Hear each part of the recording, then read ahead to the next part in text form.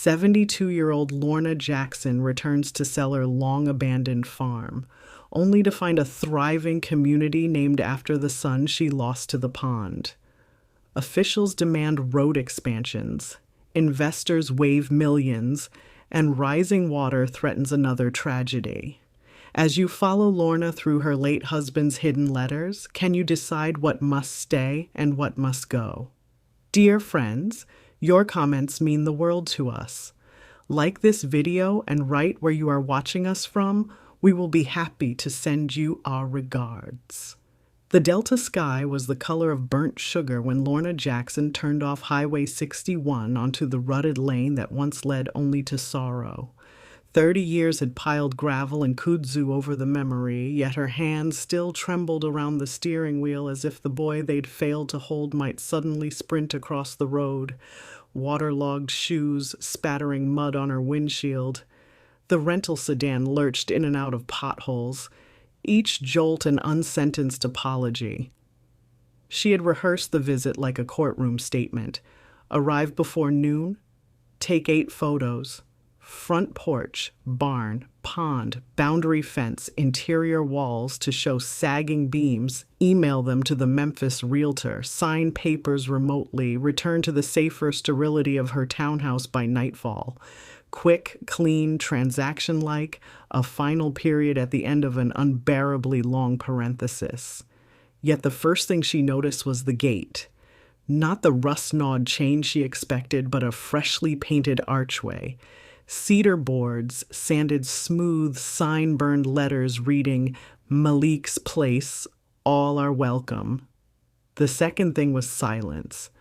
Not the brittle hush of abandonment, she had braced for that, but the layered quiet of purposeful work. Distant hammer, low murmur of conversation, a horse's nicker. Life, ordered and unhurried. Her breath snagged. She eased forward. The dirt road, once a washboard, was now graded, bordered by sunflowers tilting to September light. At the clearing, she braked hard. Where her family's peeling clapboard farmhouse had slumped now stood a crisp white structure with a tin roof that glimmered like a held note. Beside it, a glass panel greenhouse, a red board stable, and a ring of 12 tiny cabins, each with porch swing and marigolds in clay pots. Children's laughter wafted from a playground fashioned out of repurposed tractor tires. Lorna cut the engine. Dust settled, revealing a figure trotting toward her. A stout man in khaki overalls, straw-colored beard, and a sun-bleached Panama hat she recognized in an instant. Harold's fishing hat, sweat-stained, brim uneven from decades of habitually pinching it during diagnoses. The man's eyes, almond-shaped and bright, mirrored the unaffected openness Lorna had only ever seen in children. She opened her door, legs stiff. He stopped a respectful distance, tipping the hat. "You must be Dr. Jackson's lady," he said, voice lilting with Delta drawl. "I'm TJ, but everyone calls me TJ." His enunciation lingered on joy. Before Lorna could answer, another presence approached, a tall woman in a denim dress, her short silver twists catching sunlight. She carried authority like a borrowed shawl she'd learned fit just right. "Ms. Lorna Jackson?" the woman asked, offering a hand. "I'm Loretta Hayes, director here. We've been expecting you." "Expecting?" The word nudged disbelief. "I sent no notice," Lorna managed. Loretta's smile softened. "Harold told us you would come when the season felt ripe." Lorna's pulse stuttered. She absorbed the details. Calloused palms, dog-tag necklace half tucked under collar, a wrist tattoo of 3 concentric waves. TJ clapped once, delighted. "Mama Malik is here." The phrase struck like cymbals. Lorna's ribs contracted. Malik, 8 years old, fearless, fishhook grin, lost to the pond within sight of where they stood. She steadied herself on the sedan's frame. "Would you allow us to show you around?" Loretta asked. Her tone bore no hint of persuasion, only invitation. Lorna swallowed. "A brief walk," she consented, surprising herself. They traversed a gravel path shaded by pecan trees, Loretta narrated. The greenhouse grew produce for local food banks. Cabins housed 8 veterans, 2 single mothers, and a Sudanese family awaiting asylum paperwork. The barn doubled as classroom. Sunday evenings they held potlucks followed by blues jams. Every sentence painted a tableau of healing. They reached the pond, once rimmed by reeds that whispered threats, now bordered with cedar decking and nautical rope rails. Life rings hung at intervals, and a bright platform jutted over the water, accessible by ramp. A plaque read, "No child lost here," beneath a smaller brass plate in memory of Malik J. Jackson, 1979-1987. Lorna's knees wavered. TJ produced a bundle of daisies, sun yellow. "Tuesdays I bring these," he said, "but today is special." He placed them in a floating wreath anchored by discreet weights, petals kissed ripples. Lorna's throat filled with glass shards. She whispered, "Thank you," unsure if to him, to Harold, or to a god she had argued with for decades. Loretta motioned to a white bench. They sat. "Your husband came every month," she said, at first just to mourn. One evening, a homeless Marine wandered in. Harold offered him stew. Next visit, he brought tools. The story grew bodies. Lorna pictured Harold's steady hand, so adept at pediatric stitches, now hammering nails into purpose, and he never told her. Emotions surged, equal parts betrayal and awe, demanding exit. She breathed through it, gaze fixed on buoy markers bobbing gentle like commas reminding water to pause. Loretta rose. "I'll let you explore the main house. There's something Harold left for you." She pressed a small brass key into Lorna's palm, then guided TJ away, leaving Lorna on the bench, key biting skin, future rewriting itself against the steady hush of lapping water. If houses carry heartbeats, then the new white farmhouse throbbed with a pulse both foreign and familiar. Lorna crossed the threshold into a foyer flooded by late-day sun refracted through colored glass transoms. The scent was fresh paint mingled with cornbread, as though someone had tried to season new beginnings with ancestral comfort. Her shoes clicked on pine floors Harold must have chosen. Pine because it forgives dents, he always said. The parlor held mismatched rocking chairs, circling a pot-bellied stove. One chair, Malik's old child-size rocker, had been repaired, painted robin's egg blue, a quilt draped over its back like an embrace waiting for weight. Nearby, a corkboard brimmed with photos. Veterans planting collards, mothers cheering toddlers in life vests, teenagers repairing bike frames. Harold stood in many shots, gray at temples, smile tinged with humility. Lorna's fingers grazed a photo where Harold held a newborn, TJ beaming beside him. Scrawled caption, "Welcome, baby Iris, first generation born at Malik's place." Tears slipped silent. She wondered which letter, which phone call might have carried this moment to Memphis had Harold found the courage. In the hallway, she noticed a narrow door once leading to broom storage. Now a bronze nameplate read, "Archive Room, Curator Lorna M. Jackson." The audacity winded her. She entered, shelves lined with labeled binders, oral histories, crop yields, swim program attendance, budget ledgers, local press, each cataloged with a librarian's precision, Harold's tribute to her vocation. In the center rested a cedar escritoire. On it, a carved box, mahogany dark, inlaid with mother-of-pearl initials, HLJ, Harold Louis Jackson. The keyhole gleamed. Hands unsteady, she used the brass key. Inside, envelope stacked by date, earliest dated July 1988, 2 months after Malik's death, latest August 2021, a week before Harold's fatal stroke. Each bore her name, never mailed. She lifted the topmost. Ink smelled faintly of cedar oil. She didn't open it, yet. Instead, she noticed a USB drive taped to the lid labeled "For Lorna, Play at the Pond." She pocketed drive and one letter, relocked box.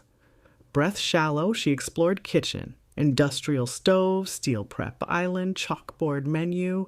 Tonight, catfish nuggets, mustard greens, peach cobbler. The board's handwriting looped precisely like Harold's prescription scrawl, but neater, as if he'd practiced. Memory flashed. Him at their Memphis apartment dining table, lining Malik's school books in contact paper, tongue peeking at concentration. A screen door creaked. Lorna turned. Loretta entered carrying mason jar of sweet tea. "Thought you might need a drink." Lorna accepted, sipping gratitude. Loretta observed her with eyes that measured more than words. "He left instructions," she said. "Said we should show you his confession when you were ready." Lorna's grip tightened on jar. "Confession?" Loretta nodded toward the USB. "It'll explain better than I can." Dusk approached. Lorna returned to the pond, laptop borrowed from office. TJ waited by memorial, offering earbuds. She plugged drive. Video opened. Harold seated on this very dock, sunset halo at his back, voice tremulous. He recounted June 12th, 1987. Malik begging to fish alone. Harold distracted in barn with a runaway calf. 5 minutes, he said, only 5, until the scream. He spoke of futile CPR, how Lorna's cry split him like timber, how he built safety rails first, then swim lessons because repentance that stops at apology is unfinished carpentry. Tears blurred screen. Lorna tasted salt and pond musk mingled in twilight air. Harold's final words. "Lorna, I know you blame me because I blame me. But maybe love is allowing pain to fund new breath for others. I leave Malik's place to you and the children. Forgive me when you can. Until then, let the water keep them safe." Video ended. Dragonflies zigzagged over pond surface, wingtips catching violet dusk. Lorna clutched laptop to chest, sobs dry, more quake than sound. Forgiveness felt miles away, yet the path was now lit by handrails her husband had bolted into oak posts. Footsteps on dock. Marcus's voice, unexpected. "Mom, I got your text." She hadn't texted. Loretta must have. Marcus, sharp suit despite dust, took in scene. Mother crying at pond where brother died. His features hardened, then cracked. He knelt awkward. "I need numbers, zoning records, but first, are you okay?" She closed laptop, drew a shuddering inhale. "No. And yes, we have work." A chorus of frogs commenced, unseen choir from reeds. Somewhere a supper bell clanged. Lorna rose, offered a hand to Marcus. He hesitated, then took it. Together they walked up the dock, leaving ripples ghosting behind. Proof that even years later, footsteps can still reach water without drowning. Night cloaked Malik's place in cricket hymns and porchlight halos. Lorna lay in a guest cabin, her old farmhouse bedroom now gifted to a family of 3. The cabin walls smelled of cedar shavings and lemon oil. Fresh linen cooled her grief-fevered skin. She unfolded the letter she'd selected. Earliest date, shaky script. July 7, 1988. Dearest Lorna, you sleep holding Malik's pajama shirt. I watch the moon stripe your face and think, grief is a river with no banks. I built a bench by the pond today. Paragraph after paragraph, Harold detailed small reparations. Installing floodlights, renting a diver to map depth, inviting a homeless vet named Randall to trade carpentry for meals. The letter ended. "I won't mail this, but tomorrow I will sand the dock railing to keep little palms from splinters. Maybe one day I'll tell you. Love, H." She pressed page to chest. Pain pulsed. sorrow, and something gentler. Through open window, she glimpsed the greenhouse glowing soft as a lantern, silhouettes of volunteers arranging trays for dawn seedlings. Life sprouted even at night. A knock, Patris, professional Grace in jeans, law briefcase still in car. She'd driven 6 hours after Marcus called. They hugged long. Patris produced a thermos of chicory coffee, just how Daddy liked. They sat on cabin steps. Lorna shared the video. Patris listened, eyes glistening. "He carried it alone," she said, "but he built something that can carry others." Lorna nodded. She voiced fear. "I don't know if I can steward it." Patris squeezed her shoulder. "You archived a whole city's oral history, Mom. You can archive a farm's soul." Wind rustled cottonwood leaves. Applause for midnight. They strategized. Probate, tax status, converting trust to 501c3. Lorna noticed how Patris's legal jargon softened when describing Survivor's Clinic. She realized her daughter wasn't rescuing but rooting herself. At 2 a.m., Patris yawned and left for bunkhouse. Lorna remained. Stars mirrored in pond, each a reminder that darkness can twin with light when water stands still. She whispered into night, "Malik, your name is safe." Wind replied, cool on her cheeks.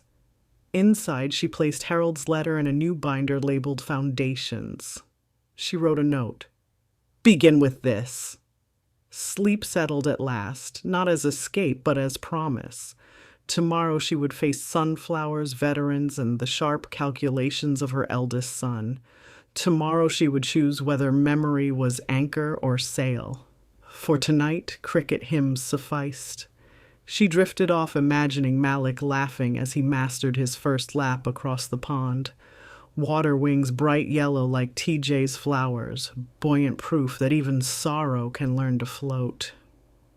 First light slipped through the blinds of cabin 3 in ribbons the color of buttermilk, and with it came the aroma of chicory coffee drifting from the main house kitchen.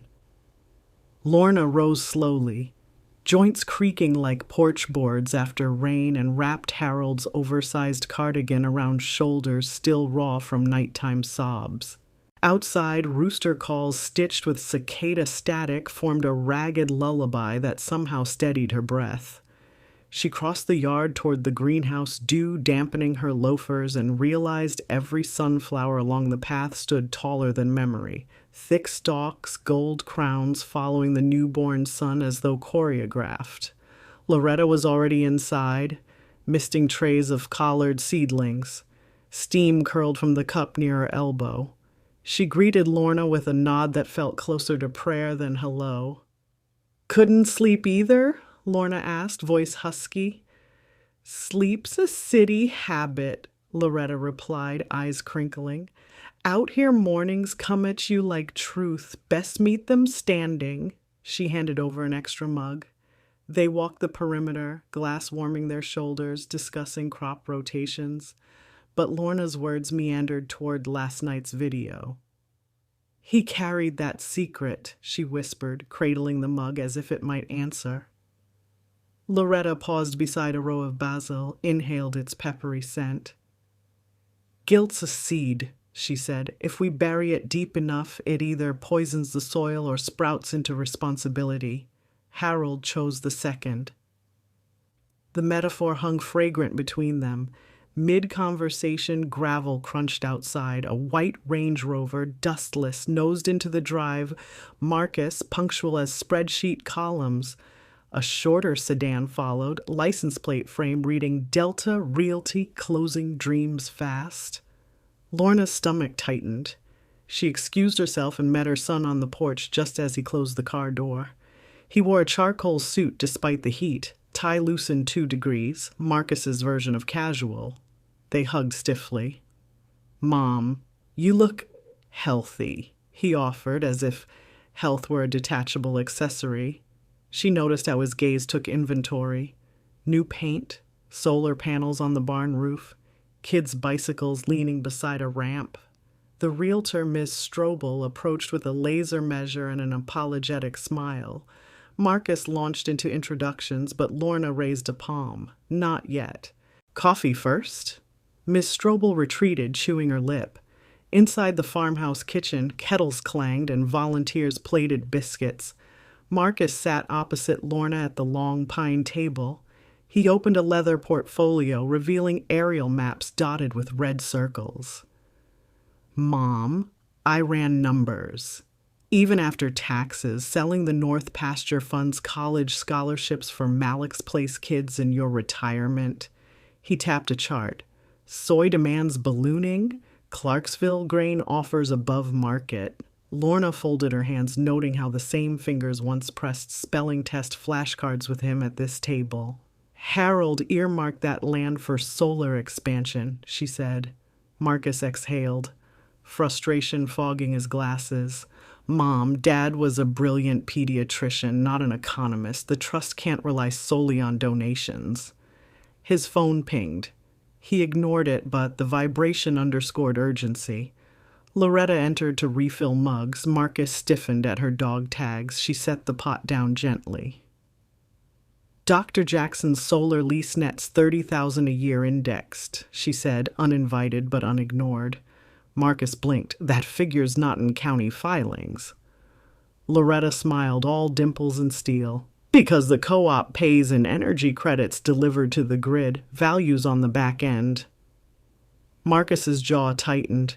He'd been out spreadsheeted by a former staff sergeant. The room grew dense with unsaid retorts. Lorna broke the stalemate. Marcus, at noon, the community hosts a fish fry. Stay, eat, listen. She didn't phrase it as request. He checked watch, sighed. I can spare 2 hours. Miss Strobel hovered in doorway. He waved her back to car. Loretta's grin widened as she added hot sauce to kettle pot. Battle won, war pending. By midday, the yard transformed into a Delta carnival. Picnic benches under pecan shade, aluminum trays of catfish sizzling in peanut oil, and gospel notes wafting from portable speakers balanced on hay bales. The air tasted of lemon, cornmeal, and something rarer. Anticipation that strangers might leave as neighbors. Marcus, sleeves rolled, lingered at the periphery scanning spreadsheets on his phone until TJ ambled over, Panama bobbing. Mr. Money Guy, come try hush puppies, he chimed, his sincerity disarmed. Marcus pocketed phone, accepted a grease-blotted napkin. The hush puppy's crunch yielded to sweet onion. Marcus's eyes widened despite himself. TJ beamed. Good, huh? I help fry Tuesdays. Then, pointing skyward, he quipped, Bank can't buy that flavor. Marcus laughed, first genuine sound of his day. Across the clearing, Patris's sedan arrived, dust plume trailing. She stepped out in lavender blouse, laptop bag slung war paint style, and scanned the scene like a barrister appraising jury mood. Spotting Lorna, she jogged over, heels sinking in soft earth. They embraced. Lorna felt daughter's heartbeat hammering hopeful staccato. Soon, Patris convened an impromptu circle. Herself, Loretta, 2 resident veterans, and an elderly woman named Mrs. Al-Khatib, whose asylum case stalled in federal backlog. Patris outlined pro bono clinic nights, law students Zoom linking from Ole Miss. Loretta nodded, seeing scaffolding for dreams. Mrs. Al-Khatib squeezed Patris's hand until knuckles blanched, gratitude surpassing language. Meanwhile, Marcus debated a Vietnam vet named Earl over revenue models. Earl countered every ROI with the story of nights when Malik's Place kept his PTSD at bay. Children raced by, brandishing pool noodles like cavalry, laughter ricocheting off barn tin. One child slipped. Volunteers swooped with practiced grace, reminding every observer of the creed hammered onto dock rails. No child lost here. Marcus's stare lingered on that swift, communal choreography. A numberless valuation.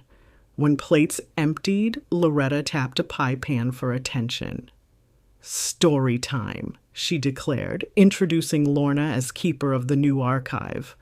Lorna rose, nerves fluttering.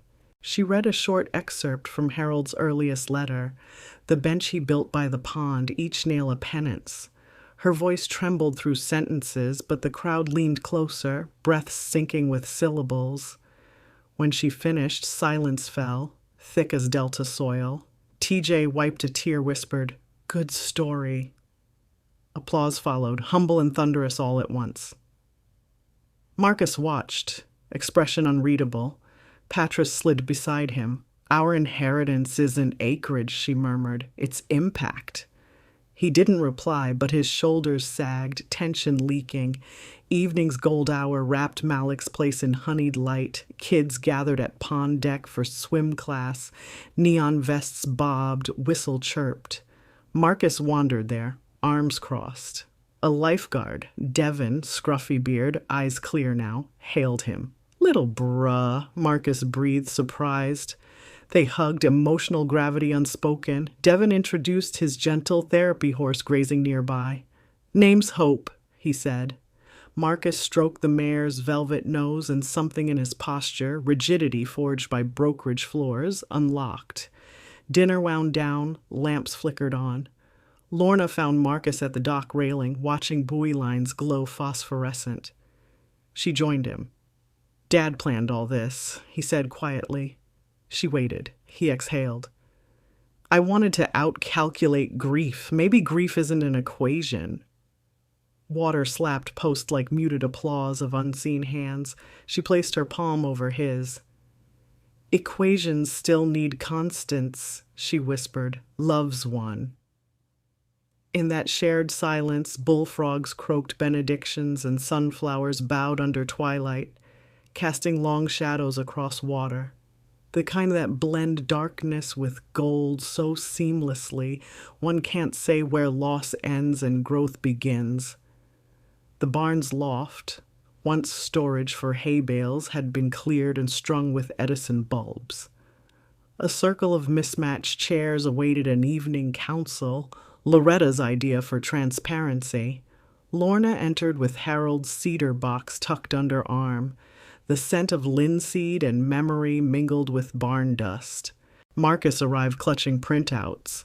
Patras balanced latte and yellow legal pad. Devon leaned against a post, fingers absently stroking Hope's halter while stable doors remained ajar for the horse's calm eyes to witness. Loretta opened, voice even. "We have one farm, 3 visions, preservation, expansion, liquidation. Let's speak plain." She gestured to Marcus. He began with a slide projected onto canvas sheet, charts glowing, soy market peaks, tax abatements, philanthropic funds achievable post-sale. Numbers dazzled, slick as river stones. Patras countered, unveiling legal pathways. 501c3, transition, grants for rural veteran housing, carbon credit revenue from solar arrays. She concluded, value can be tallied in saved foreclosures, not only soybean futures. Devon spoke last, camera shy but earnest. He described children with autism finding rhythm in horse hoof beats, the way a mare's breathing synchronizes a panicked kid's heartbeat. "If we pave over the north pasture," he said, "Hope has nowhere to trot, and their calm has nowhere to land." Conversation tightened like violin strings. Marcus rubbed temples. "Altruism needs cash flow." Loretta stepped forward, dog tags clinking. "Cash flow needs purpose." Momentum threatened to tumble into argument until Lorna rose, placing cedar box onto center stool.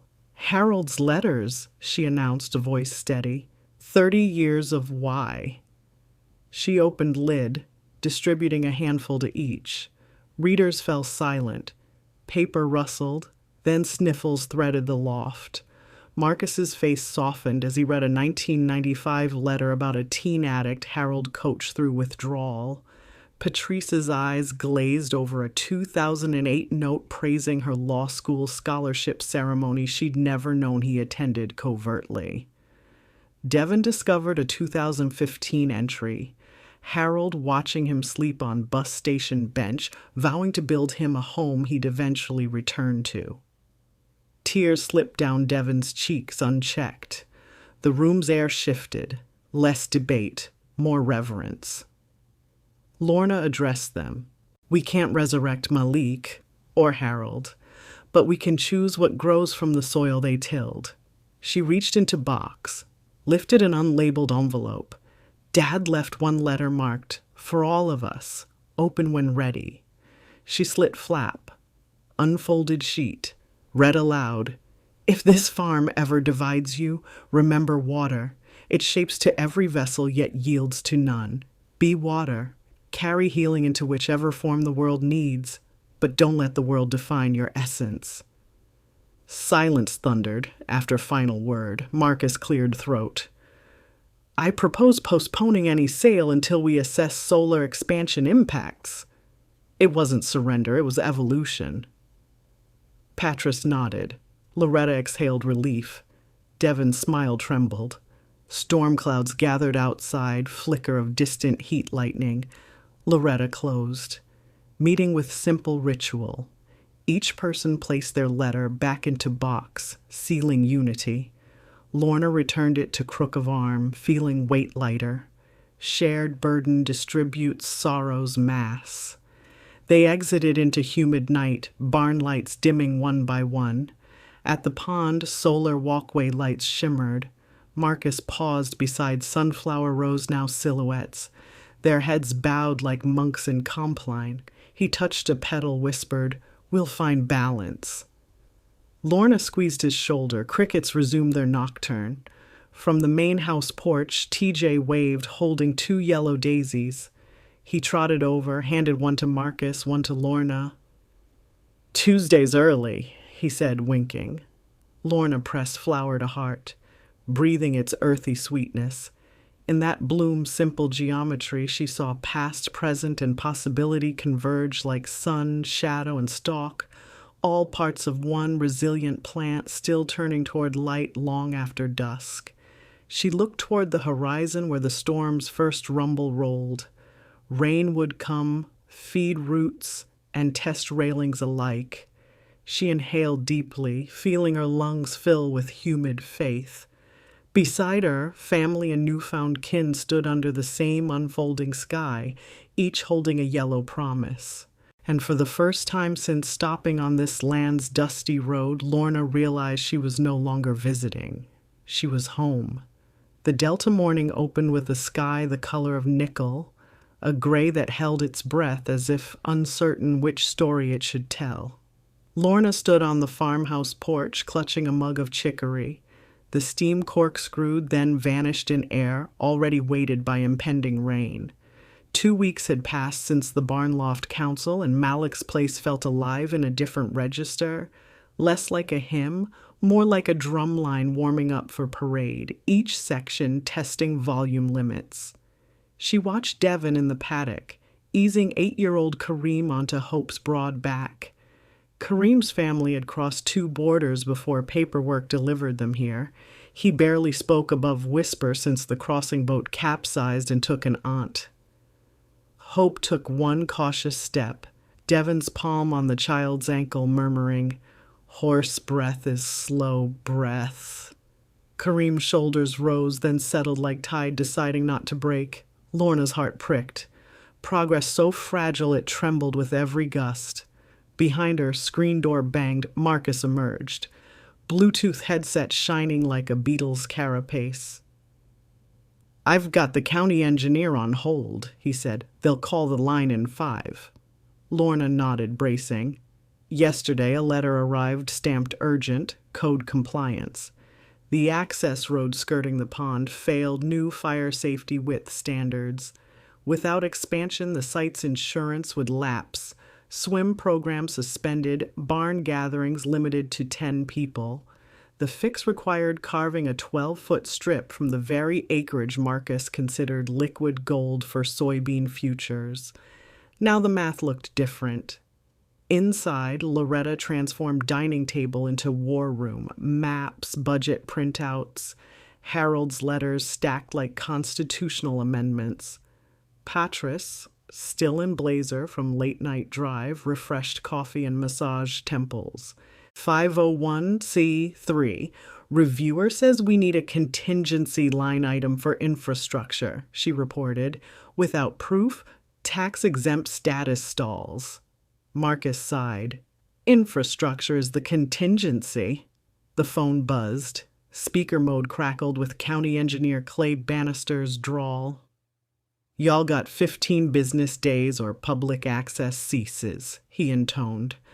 Loretta countered with veteran housing exceptions. Clay cited state statute.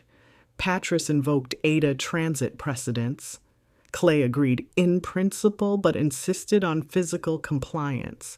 Marcus leaned forward, voice velvet stern. If we donate 10 feet to county right-of-way, will that suffice? Clay paused. On-site survey this Friday, storm or shine. Lorna's gaze flicked to forecast pinned on fridge. Red band alert Friday, thunderstorm potential severe. After call ended, silence pooled, until broken by Hope's whinny outside as if horse sensed tension. Storm complicates, not cancels, Patris said, flipping legal pad. We need the surveyor to see organization, not chaos. Loretta stretched sore shoulder. Then we tidy the road, tag every fire hydrant, post evacuation maps. Marcus raised brow. You typing volunteers out of thin air? Loretta smiled grimly. Thin air's where faith fetches bodies. Lorna listened, mug cooling. The group mobilized into tasks, but her thoughts snagged on phrase Harold once spoke after a failed home visit.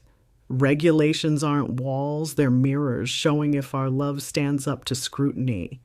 She fetched his letterbox, searching for guidance. Afternoon brought humidity palpable enough to chew. Volunteers armed with shovels, post-hole diggers, and paint buckets launched into road-widening prep. Marcus, surprising himself, commandeered a skid-steer loader, suited slacks, swapped for worn jeans Devin dug out of Lost and Found. Lorna caught him hesitating at cab ladder, perhaps measuring the distance between office towers and diesel levers. She gave a thumbs up. He climbed. Patris supervised signage, laminated maps marking muster points, color-coded for kids who couldn't yet read English. She involved Kareem and 2 other refugee children in drawing icons, green horseshoe for stable, blue life ring for dock. Each stroke gave them agency, each giggle stitched into community fabric stronger than any grant. Loretta and Earl from Vietnam undercut roadside brush, laughter punctuating chainsaw roar. Earl reminisced about Harold teaching him to carve duck decoys. Said steady hands come from steady breathing? Earl chuckled. Loretta nodded, eyes reflecting memory's cinematic glow. Lorna meanwhile cataloged letters. One envelope dated June 2021. Read when the land asks why. She sat under pecan shade, heart thudding. Inside, Harold's pen almost wavered. I hear Malik's pond at night, its churn of blame. I built rails, staffed lifeguards, yet some ghosts swim deeper. If the day arrives when safety collides with soil's price, remember the water is not ours. We borrow it like breath. Give what the land demands. Keep what keeps them safe. Tears blurred ink. She copied the final line onto index card, slipped into pocket. By dusk, road edges stretched smooth, gravel graded. Surveyor stakes lined shoulder like sentinels. Marcus parked skid steer, grease on cheek. Devin high-fived him. Marcus flinched, then accepted grin. Not bad for Wall Street, Devin teased. Marcus retorted, spreadsheet pivot tables got nothing on hydraulic arms. At dinner, gumbo thick with okra, clouds bruised purple, thunder murmured distant. Kids practiced emergency drill, filing to shelter points under Patris's watch. Lorna overheard Bannister's voicemail confirming arrival 9 a.m., weather cooperation or no. Anxiety tightened everyone's speech. After cleanup, Lorna visited Kareem and Devin in stable. Kareem brushed Hope's flank, humming faint tune. Lorna asked the melody's name. My mama song, he whispered. She knelt, noting how Hope's breath synced with Child's. Devon explained Friday's plan. Demonstration ride for surveyor to showcase therapeutic program's necessity. Lorna smiled but felt storm cloud echo rumble through sternum. Night deepened. Wind picked up. Sunflowers outside their cabins swayed, petals shuddering. Lorna sat at Harold's escritoire, drafting volunteer rosters. Candle flickered. Sudden gust through open window scattered index cards, one lodging under cedar box lid. She retrieved it, Harold's borrowed breath.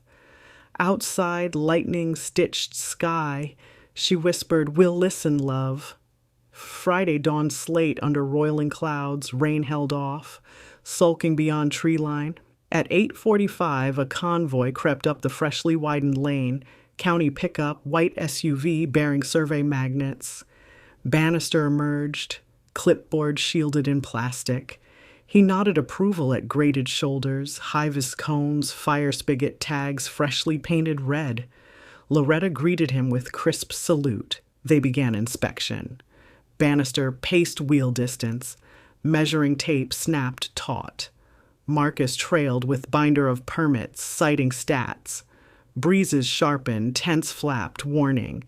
Near the pond, Devon prepared demonstration. Hope saddled, Kareem helmeted, float vests snug, additional reassurance. Bannister approached, curious. Devon explained therapeutic goals. Bannister scribbled notes. Wind howled, first drops pattered. Loretta's walkie-talkie crackled, weather alert escalated. She signaled volunteers, secure loose tarps, move children to rec hall. Bannister glanced sky. We can wrap, seen enough. Marcus exhaled relief. Suddenly a tarp ripped free, snapping like gunfire. Hope spooked, rearing. Kareem's small hands slipped. He slid, landing near pond edge. Horse bolted, Devon chased. Kareem, disoriented, stumbled toward water. A magnet of old fear. Lorna froze, heartbeat molasses. Before anyone reached him, Gust yanked a soccer goal lean-to, metal frame skidding, threatening to pin Kareem into pond. Bannister shouted. Marcus sprinted, suit shoes skidding. Lorna's vision tunneled. Malik's last dash replaying, Loretta bellowed commands. Volunteers formed windbreak. Earl snagged goal frame, diverting trajectory. Marcus reached Kareem, scooped him seconds before wavelets kissed sneakers. Child trembled, fists clutching Marcus's collar. Rain burst, sky opening valves. Marcus carried Kareem to platform deck. Lorna arrived breathless, touching boy's cheek, murmuring lullaby she once sang Malik. Surveyor watched, pen forgotten. Marcus, soaked, met his gaze. Safety, he panted, is mission, not slogan. Bannister swallowed, nodding slowly. He signed clipboard line on deck rail, rain-smudging ink. Roads compliant, I'll expedite the exemptions. Relief rippled even through thunderclaps. They ushered everyone indoors. Storm raged 2 hours, rattling tin. In rec hall, kids played card games, unaware how close memory nearly repeated. Marcus sat dripping beside Lorna, Kareem perched on his lap, still gripping shirt. Lorna shared Harold's index quote. Marcus closed eyes, tears mingling with rainwater. I hear a mom. When skies cleared, sunflowers stood battered but upright. Puddles reflected patchy blue. Survey vehicles departed, taillights winking promise. Bannister left a note inside binder. Your father's vision holds water, literally. Keep building. Evening painted everything gold. Volunteers grilled hot dogs in post-storm gratitude. Kareem laughed freely, chasing Hope's tail. Fear melted. Lorna placed Harold's final letter on dining table for all to read. Family gathered, reading aloud. When finished, Marcus tore soybean map into strips, fed them to fire pit. Sparks rose, carried by renewed wind toward pond where rails shone wet but unbroken. Lorna stood at shoreline, yellow daisies in hand, storm's afterscent of ozone sharp. She released flowers, they drifted, bright specks against dark water. Behind her, Marcus, Patris, Devon, Loretta, and community formed quiet semicircle. No speech, only shared breathing. Land, water, and people momentarily tuned to single resonant key. And somewhere deep below, grief loosened its grip enough for water to keep and to forgive, exactly as Harold had hoped. The Delta storm that had brewed like a grudge finally arrived at dusk on the first Thursday of October, the sky splitting open with a clap that rattled window panes in every cabin at Malik's place. By evening check-in, the radar swirl on Loretta's laptop looked like a coiled copperhead slithering straight toward Clarksdale. Yet inside the dining hall, the air was all bustle and borrowed optimism. Tarps for leaky roofs were stacked by the door, flashlights awaited battery checks, and TJ marched between tables announcing which family would bunk in which safer structure if the weather worsened. Lorna carried Harold's cedar letterbox close against her chest, the wood warm from her own rising pulse. She'd come to read the final envelope, dated the morning of his stroke, to Marcus and Patris before the storm silenced power lines. But she found Marcus already pacing beside the bulletin board, cell service flickering on and off like a faulty neon sign. With each lost bar, his jaw tightened. Patris sat at a corner table strewn with documents, red pen notes tying property easements to 501c3 clauses. Devon, smelling of horse and liniment, leaned over her shoulder, pointing out lines where the county surveyor's wet ink approval could be leveraged for state grants. Lightning lit the hall, blue-white and sudden. Children squealed, generators rumbled to life. Loretta climbed a chair, tapping the bell. All right, family, drills as rehearsed, cabins A through F head to barn loft, veterans and single moms to greenhouse bunker. Let's move gentle, y'all. Earl and two other vets began shepherding the younger kids, each child clutching a pillow or stuffed toy. Lorna noticed Kareem clutching Hope's lead rope like a talisman, though the horse herself stood secured in the reinforced stall. What do you do when the very pond built to save lives might now threaten to swallow them again?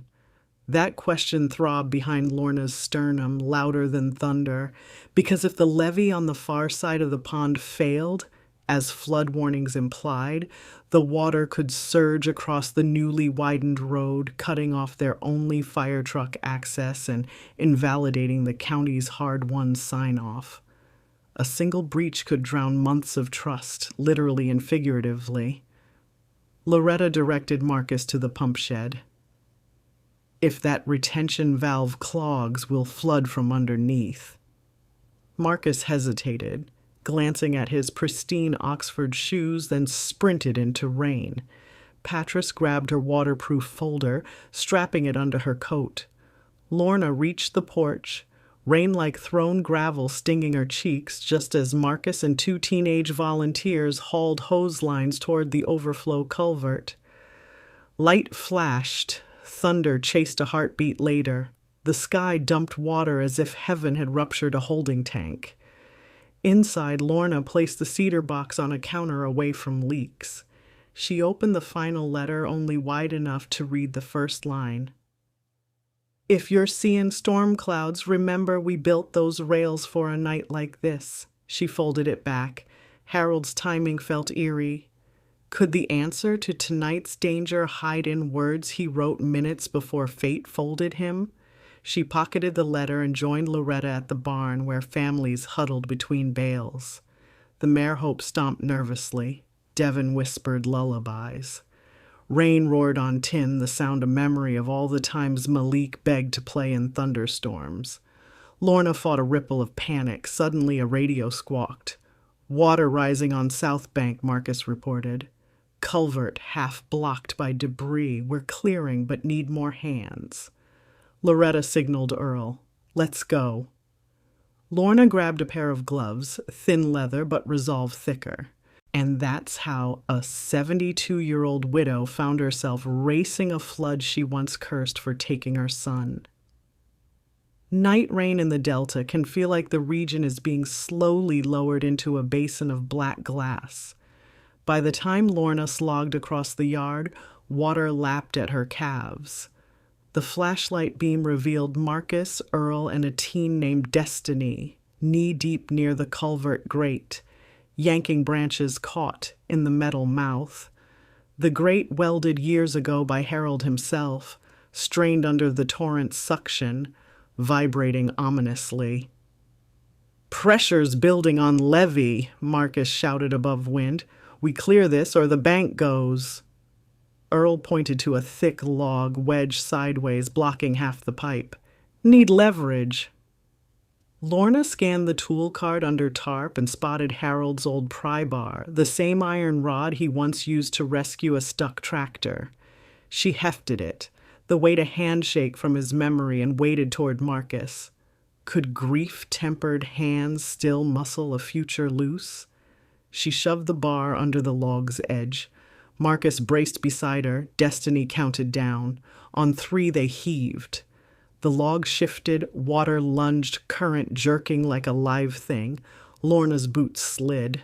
Marcus grabbed her elbow. The log dislodged, shooting through the pipe with a gurgling roar. A geyser of muddy torrent sprayed them head to toe, then swirl turned into confident suck as culvert found capacity. Marcus whooped, half laugh, half sob. Earl radioed Loretta. Flow restored, pressure dropping. Lightning flickered. For a breath, the farm looked freeze-framed, every sunflower stem bowing in wet worship. Rain eased to steady drizzle. They trudged toward barn, exhaustion weighing heavier than wet clothes. Inside, cheers greeted them. Loretta squeezed Lorna's shoulders with soldierly respect. Devon, eyes shining, reported Kareem's calm through storm. Hope's breathing trick had anchored him. Lorna exhaled at news, a knot unclenched. But one more twist waited, tucked in Harold's letter she had yet to finish. Families settled. Generators hummed lullabies. Lorna, now in dry sweatshirt, gathered immediate circle, Marcus, Patris, Devon, Loretta, and opened the last envelope fully. October 3rd, 2021.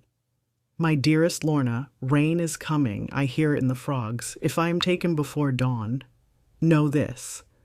Malik forgave me the day I built the first rail. I didn't forgive myself until I signed the trust, giving you and the children equal stewardship. It means, listen, sweetheart, no single hand can tighten on the tiller. If risk demands land, you give land. If safety needs soil, you return soil. Hold each other accountable the way water holds the sky's reflection, gently but with clarity. I love you. Let them love the pond. Let the pond love back. Silence. Patris pressed fingers to lips. Marcus stared at words as though they spoke directly to his spreadsheets. Devon's voice cracked. Equal stewardship means votes. Loretta nodded. Then we convene a board. Decisions by quorum, not by legacy veto. Could family politics yield to communal covenant? Marcus surprised everyone. I'm in, he said, water dripping from hair like baptism remnants, but I want transparency. Financials posted monthly. Patris grinned. Devon offered handshake sealed with muddy fingerprints. In that handshake, Lorna sensed the pond's water level receding not just physically, but in metaphorical guilt. At dawn, clouds lifted, revealing a sky scrubbed clean as alabaster. The levee held. Surveyor's signature stood unblemished. Malik's place breathed again, albeit damp-scented. Children emerged, splashing puddles, unaware of night's gamble. What none of them knew was that sunrise hit a test fiercer than rain, a test already paddling across the pond. Morning chores resumed under silver sun. Marcus coordinated sandbag removal, Earl checked structural beams. Devon led Hope through flooded pasture to stretch her after-night confinement. Patras drafted bylaws on porch, sipping black tea. Lorna visited the greenhouse, the soil smell grounding her nerves. Yet unease pricked. Harold's letter spoke of accountability, but also of letting go. She pondered what else she clung to. Near noon, a shout rippled from the pond. Kareem and two other kids had sneaked back for swim practice. The instructor, Ms. Rivera, surveyed buoys when Kareem abruptly froze waist-deep, flashback triggered by storm residue. His stiff arms flailed, water rising to chin. Ms. Rivera dove. But a canoe, left unsecured overnight, drifted into swim zone, colliding with buoy rope, tangling her path. Lorna on shore felt world slow. Malik's memory screamed. Loretta sprinted to equipment box, tossed a rescue throw line. Ms. Rivera grabbed rope, but Kareem panicked, clutching her shoulders. History threatened copy-paste. Devon galloped in on hope, horse hooves pounding shallows, an unorthodox but immediate platform. Devon hauled Kareem onto saddle, Ms. Rivera climbing after. Hope back to shore, water churning around muscular haunches. Kareem sobbed but alive. Crowd exhaled. The rogue canoe floated idle. Lorna's knees buckled, Marcus steadied her. Patras ordered tie-down checks for all equipment, eyes flaring at complacency. Loretta knelt by Kareem, guiding breaths. Lorna realized Harold's rails saved again, but rails alone weren't enough without constant vigilance. That afternoon, a community meeting formed under pecan tree. They reviewed incident, codified stricter protocols, watercraft secured, 2 instructors always present, emergency drills monthly. Kareem's mother hugged Devon, tears grateful.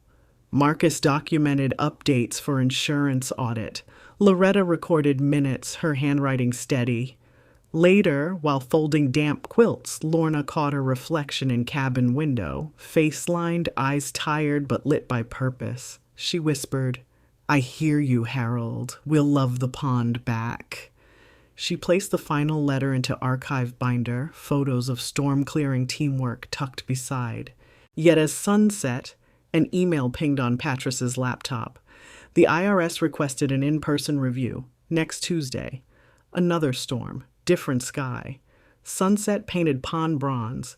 TJ laid fresh daisies on dock. Petals mirrored skyfire. Lorna joined him. He passed one bloom. "For brave hearts," he said. She kissed its soft center, released it onto gentle waves. The flower bobbed, neither sinking nor rushing, content to float, allowing water its patient work. In that image, Lorna saw family tension, county rules, refugees' fears, each a petal on shared current, held yet mobile. The land had asked its question. Their answer, forged in rain and rescue, was beginning to take shape. No one would have chosen the hottest Tuesday in a decade to host an IRS compliance officer, yet the thermometer outside Malik's place leapt past 98 by mid-morning, and the delta humidity pressed on shoulders like a guilt that refused to leave. Lorna Jackson stood under the pecan's sparse shade, fanning herself with a broad manila folder of deed histories, while watching the dusty road for the first glint of government-issued rental car. The air smelled of sun-baked clay and faint pond algae blooming faster in the trapped heat. Behind her, the campus whirred with choreographed urgency. Loretta supervised last-minute repainting of accessible parking lines so fresh. Blue still glistened. Devon hosed down the paddock dust to keep respiratory flare-ups at bay, and Patras rehearsed bullet point answers with Marcus, who had adopted a linen shirt, yet still wore a tie the color of Mississippi mud in honor of alleged professionalism. Inside the dining hall, TJ counted yellow daisies. 1, 2, 3, already at 76 with a tongue-between-teeth concentration that ignored sweat beads sliding from his hairline. The compliance officer, Mr. Elroy Danforth, arrived precisely at 10. He stepped out of a beige sedan, tossing visible heat waves, wearing a crisp gray suit as if unaware that wool could liquefy. Beside him unfolded a taller man in aviator sunglasses and polished boots. Mr. Charles Selby, representative of Mid-South Grain Investments, the same consortium eyeing the North acreage for its soybean terminal. Lorna exchanged a glance with Marcus. Their private worst-case scenario had just materialized. Introductions tasted of lukewarm courtesy. Danforth's handshake was dry as county filings. Selby's smile flashed canine confidence. The tour commenced. Lorna, armed with Harold's weathered ledger and letters demonstrating every penny's purpose, guided them from greenhouse to solar array, highlighting how the panels fed power back into Clarksdale's grid at discount rates for low-income households. Danforth scribbled notes. Perspiration darkening collar edges, but Selby maintained a smirk, suggesting solar charity couldn't match soy futures. At the pond, they paused before the memorial dock. Children in bright rash guards aligned life ring ropes for swim class. Kareem, once petrified of water, now recited safety steps to younger newcomers. Danforth's eyes softened. Selby's wandered toward flat horizon where his hypothetical silos might someday rise. Patras intercepted, presenting financial projections. Carbon credits plus expanded swim safety grants offset operating costs threefold within 5 years. Selby cleared throat, feigning interest, but his watchful gaze said, "Nice math, sentimentalists." The heat crept toward oppressive. At noon, Marcus escorted the guests to dining hall for catfish lunches. Generators throbbed under strain. Ceiling fans groaned. Loretta whispered to Lorna that coolant gauges read higher than usual. Lorna nodded, making mental note yet focusing on Danforth's inspection of meal receipts. Across the room, TJ, having completed his daisy count, constructed a neat pyramid of 100 yellow blooms beside a glass punch bowl. "For Malik," he whispered proudly. An hour later, as Danforth cross-checked donation ledgers against bank statements, the main generator coughed, then fell silent. Lights blinked out. Fans wound down, leaving humidity to reclaim dominion. Panic flickered in younger kids' eyes. Loretta dashed to utility shed. Marcus followed, tie now dangling. Inside a metal box, the generator's temp gauge red-lined, coolant hose hissed. Marcus mouthed a number of repairs, none quick. Without power, the pond's filtration pump slowed to a burble. If algae overbloomed, swim lessons would be canceled and Danforth would record a compliance demerit. Worse, in the stable, Hope stamped restlessly. Devon feared heat stress for the heavily pregnant mare. Crisis split attention like a forked river. Patras approached Lorna at the archive room doorway. "IRS man wants electronic grant receipts. They're on the server. No generator, no access." Her voice carried a quiver disguised as professional calm. Outside, thunderheads stacked over cotton fields, promising evening storms, a reminder of how fragile their tenuous victories remained. Lorna felt her pulse quicken, a sensation half fear, half familiar determination. She remembered Harold's final letter. No single hand can tighten on the tiller. Decision, then. Trust community. She handed Patras the ledger she always clutched. "Hard copies will hold him for 30 minutes. I'll head to the stable."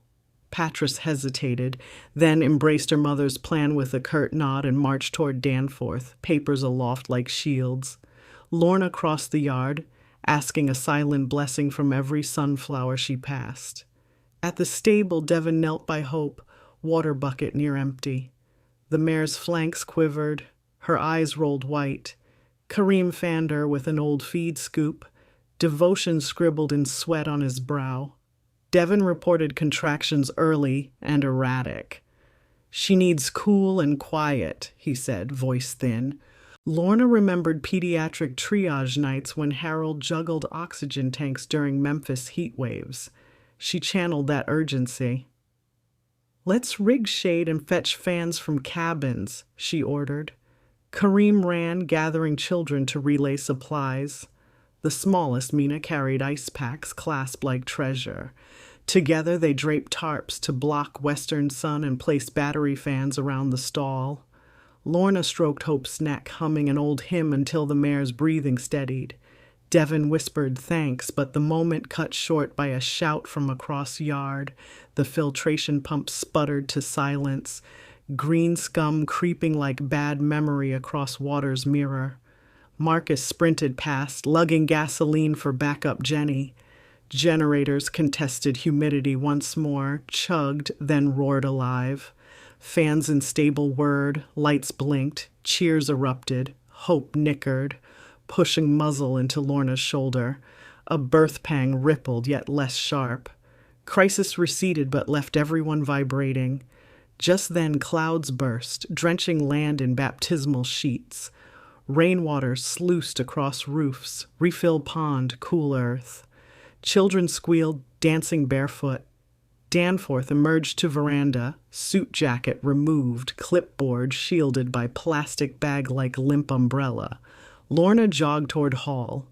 Inside, Patris, glasses fogged, shoved printed grant records into Danforth's dry bag. "All reconciled," she said. He skimmed, brows rising.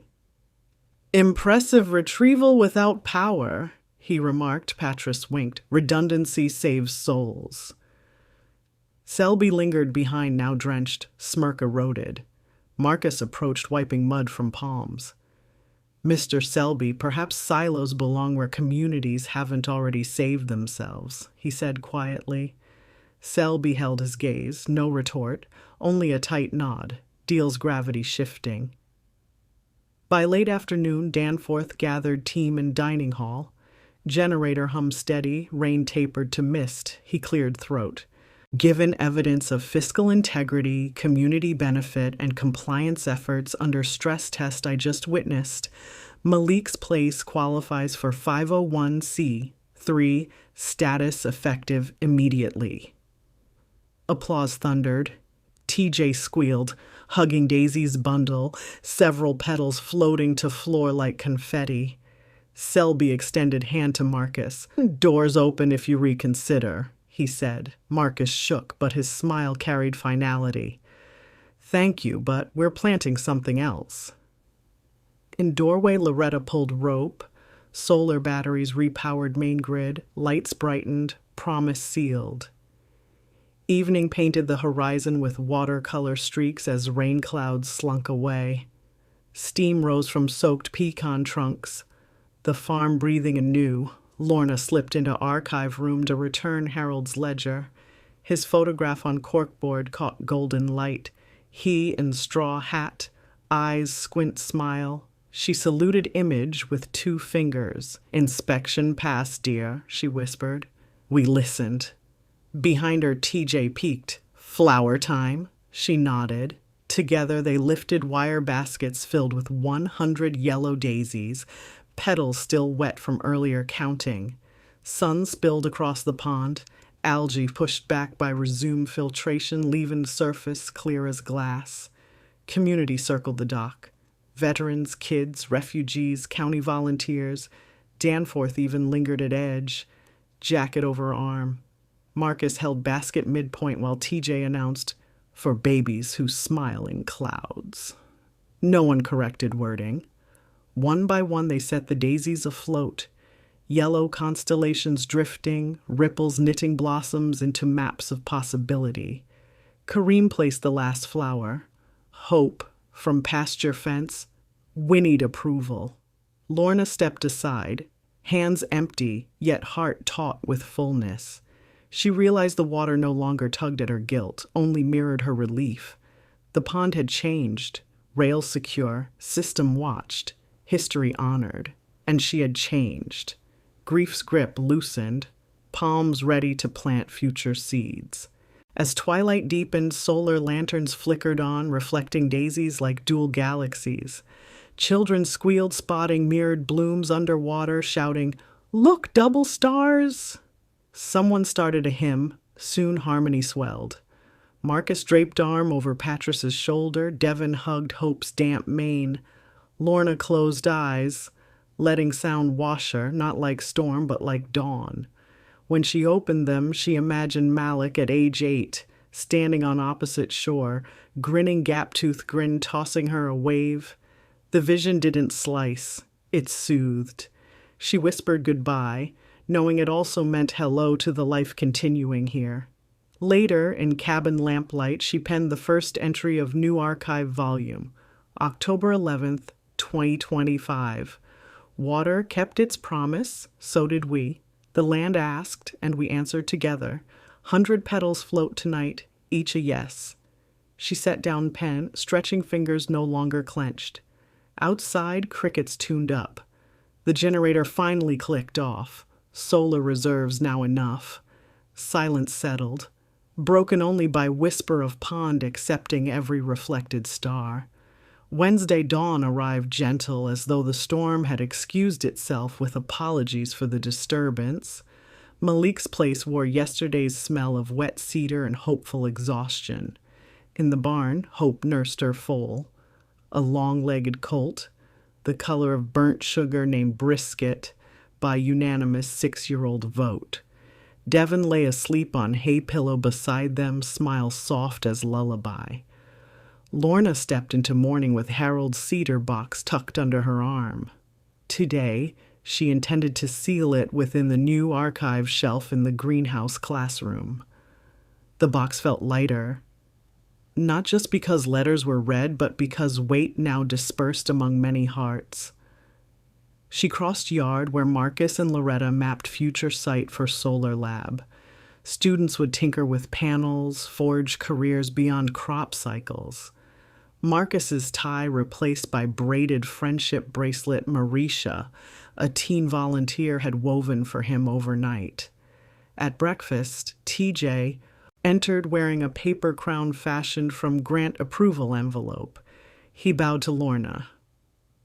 "Queen of Rails," he declared. She laughed, spilling coffee. Kareem sat beside her, sketching foal and labeling parts in hesitant English. His fear of water had not vanished, but the daisies afloat memory anchored courage. Mid-morning, postal truck delivered the official IRS letter already emailed yesterday, a parchment formality that nonetheless drew cheers. Patris popped ginger ale in lieu of champagne. She then unveiled pro bono clinic schedule. First case of veteran disputing disability classification. Earl volunteered witness testimony, first synergy born. But not all threads smoothed instantly. Marcus received voicemail from Selby. Mid-South grain pivoting to neighboring county but offering last negotiation.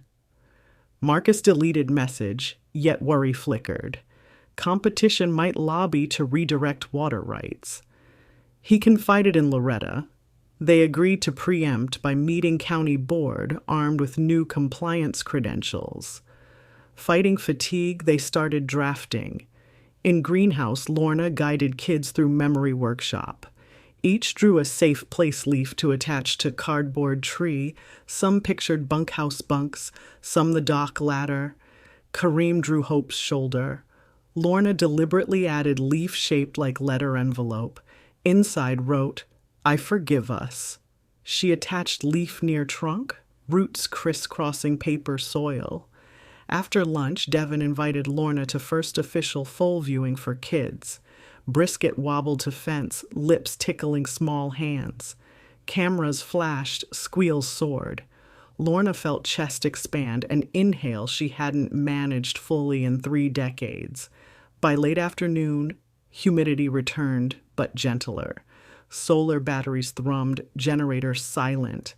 Lorna shelved cedar box behind glass case in archive corner next to binder foundations. She locked, exhaled.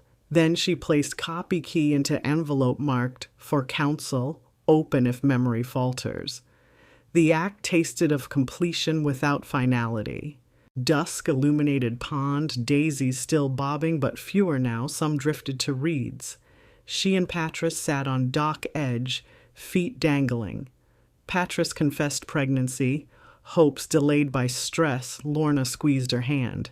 Children arrive like seasons. You can't signal them with spreadsheets, only prepare soil. Patris smiled, tears blinking. They watched sunset ignite water.